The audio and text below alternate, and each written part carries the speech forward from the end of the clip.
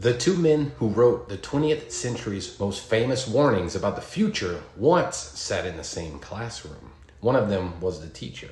In 1917, a young Aldous Huxley took a teaching job at Eton College. He was reportedly nervous and not particularly good at keeping control of a classroom.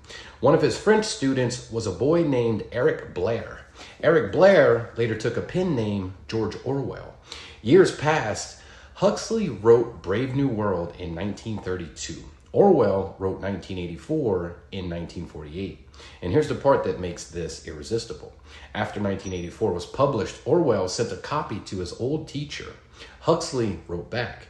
And in that letter, he made an argument that's aged strangely well.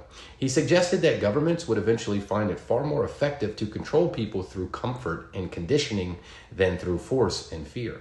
In other words, the student wrote the warning about pain, and the teacher, decades earlier, had already written the warning about pleasure, and then personally told him so.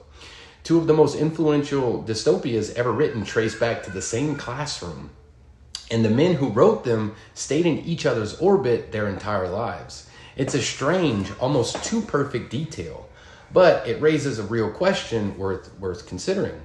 If two people that closely connected ended up predicting opposite mechanisms of control, which one do you think we actually built?